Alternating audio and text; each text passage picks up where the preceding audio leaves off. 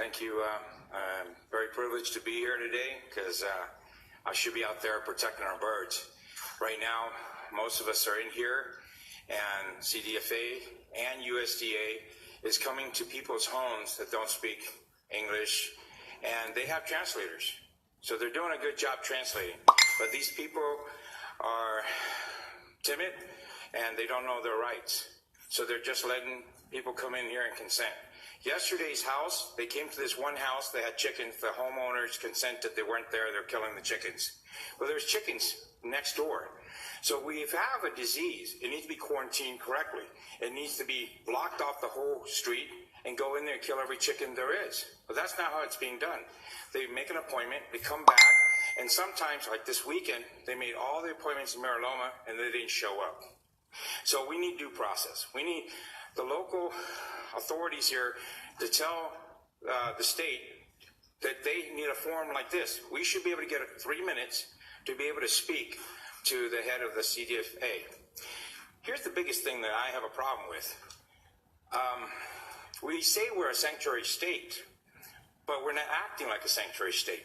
These folks, if they do not have a social security number, so basically they're illegal immigrants, but not in the state of California, they're considered legal residents. They do not get paid for their chickens. And that's the reason why I'm really livid. Because if you're going to tell people you want to be an American, we're going to get you to become an American, but this is how we're going to treat you until you get your citizenship.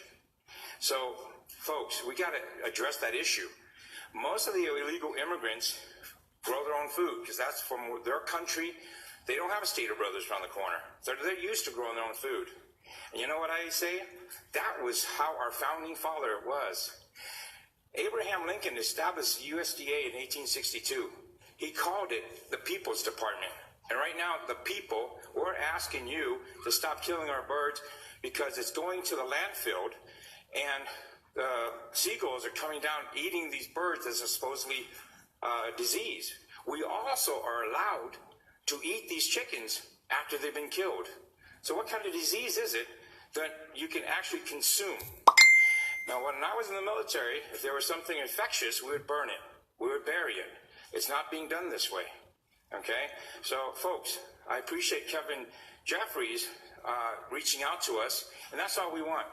Whether you can do something or not, stand by us who voted you guys in. And I want to keep voting for you guys. Continue.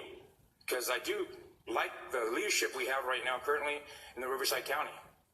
Thank you for listening. Thank you. And I got this shirt last night, 9 minutes after midnight. We processed it, okay? We can make this happen. Thank you, John. Amy Irwin.